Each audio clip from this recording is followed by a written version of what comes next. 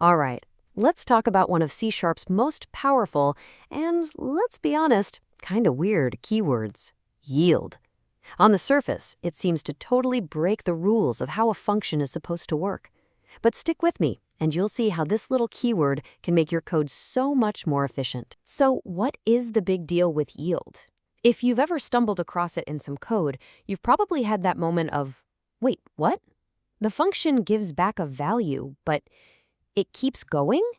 It's like it can magically pause and resume. And you know what? It's no wonder so many of us find it confusing, because it goes against everything we were first taught about functions. And this quote right here it absolutely nails it. From day one, we're trained to see return and think, okay, we're done, here's the value, and I'm out of here. But yield return is different. It hands a value back to whoever called it, but it kind of keeps its finger on the page, ready to pick right back up where it left off. Okay, so let's really unpack this puzzle. How can a function give you a bunch of values over time, instead of just building a giant list and handing it all to you at once? This is the absolute heart of what makes yield so cool. It's a total shift in thinking, from building everything up front to generating things one by one, only when you ask for them. So what's really going on here? Well, yield basically lets a method hit the pause button. It sends a value back to the code that's looping through it, and then on the very next loop, it wakes up and resumes right after that yield statement. It's not actually magic, but it's some seriously clever work by the compiler to create something we call an iterator. To make this super clear before we even look at a line of code, let's use a simple analogy. Imagine you need a pound of sliced ham. You go to a deli and you've got two very different butchers who can help you out. So the first butcher, he does all the work right away. He slices all 10 pounds, puts it in a big pile, and gives it to you. This is like creating a standard list in C#. We call this eager execution. It works, but man, it's wasteful if you only wanted 1 pound. But the second butcher, he's lazy, in a good way. This is the yield approach. He only does work when you ask for the next slice. This is incredibly efficient, especially if that 10-pound ham was actually, say, 1 million records from a database. That analogy is great, but let's see what this lazy versus eager execution actually looks like in code. We're going to compare two methods that, on the surface, look like they do the same thing. They both give us a collection of contacts. But one's going to build a list and the other is going to use yield. Okay, on the left, we've got our standard everyday method. It creates a new list, it writes to the console every time it adds a contact, and then finally it returns that whole list. Now look at the right.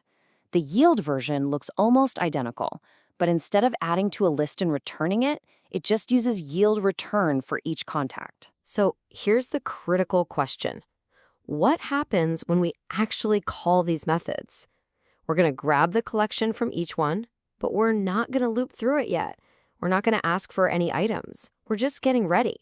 What do you think the console's going to show for each one? And boom, this right here shows you everything. Look at that. The list method just went ahead and did all the work immediately. All 3 of our creating contact messages get printed before we even start iterating. But the yield method, nothing, just ready to iterate. That's because the code inside the yield method hasn't even started running yet. This is what we call deferred execution. Okay, and now for the real aha moment. Let's take that collection we got from the yield method and ask for just the very first item using links.first method. What's the console going to show us now? Remember, so far, not a single line of code inside that method has actually run. Perfect! Just look at that. The code finally enters the method, it prints creating contact 1, and then it yield returns that first contact.